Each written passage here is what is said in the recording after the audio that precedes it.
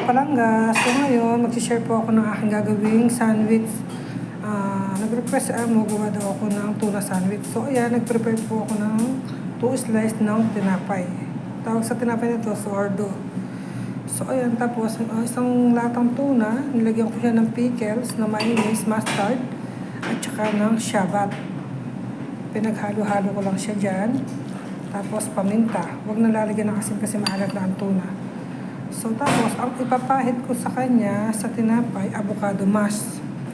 Nagmas po ako ng avocado, nalagyan ko rin siya ng konting mustard at ng mayonnaise para ipampahid ko dito. So ayan, ngayon, gagawin ko na siya, ipapahid ko na yung avocado bago ilagay itong tuna at yung lettuce sa taas. So wait lang po.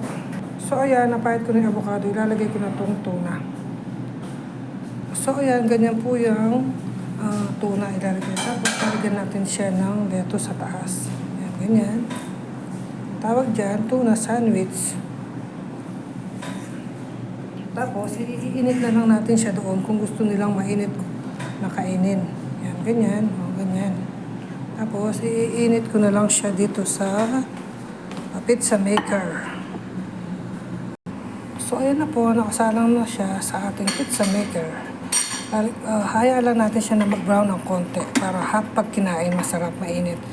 So, yun po ang aking masishare na paggawa ng aking sandwich tuna. God bless po sa ating lahat.